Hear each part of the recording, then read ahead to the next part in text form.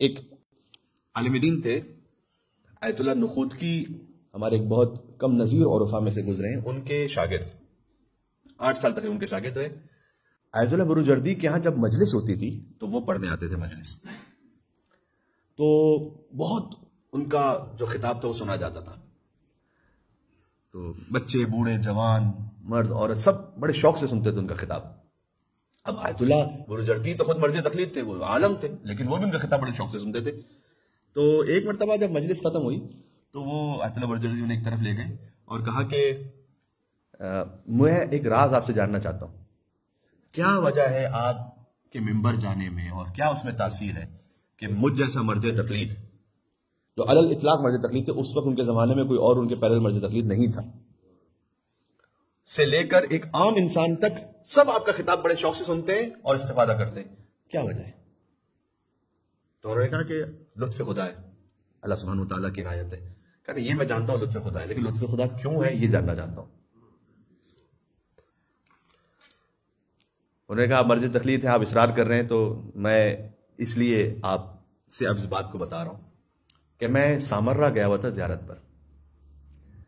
جب سامرہ میں گیا تو آج سے تقریباً یہ 60 سال پہلے کی بات ہے۔ آج بھی ایسے ہی ہوتا ہے کہ سامرہ کے حرم کے دروازے بند ہو جاتے ہیں شام کے وقت، زمانے میں بھی ایسے ہی تھا۔ کہہ رہے کہ میں حرم میں تھا، اب حرم بند ہونے کا وقت آ گیا، تو میں نے حرم کے خدام سے بہت زیادہ ریکویسٹ کی کہ حرم تو بند کر کے چلے جائیں گے آپ، مجھے اگر اجازت دیں بس میں اندر بیٹھا رہوں رات بھر۔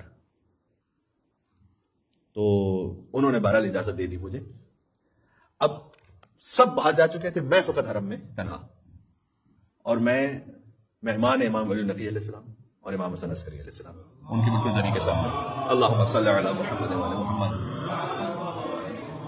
آج امام علی نقی علیہ السلام کا دن بھی ہے، لہذا اس مناسبت سے میں نے مناسب سمجھا کہ اس بات کو پیش کر دیا جائے۔ جو اصل عرب ہوتے ہیں نا، اصلی عرب جو ہوتے ہیں، ان کی 2 خصلتیں ہوتی ہیں۔ ایک یہ کہ اگر آپ ان کے یہاں پر جائیں اور وہ دسترخوان انہوں نے کھانا لگا دیا اور آپ ان سے کہیں کہ جب تک میری یہ فلاں بات نہیں مانو کہ میں کھانا نہیں کھاؤں گا، تو کچھ بھی کر کے اس بات کو مانے گا، اس لیے کہ اس توہین سمجھے گے کہ اگر دسترخوان بچھا دیا جائے اور کھانا نہ کھایا۔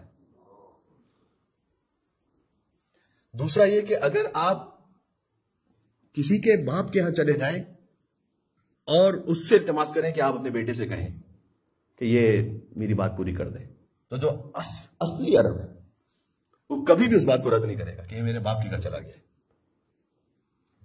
وہ کہتے ہیں کہ میں بیٹھا ہوا تھا